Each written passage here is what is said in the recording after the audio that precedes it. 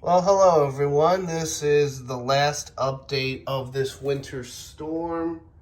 It is 12:15 p.m. on February 3rd, 2022. And you can tell we definitely received a few more inches of snow from this second round from last night that I mentioned about.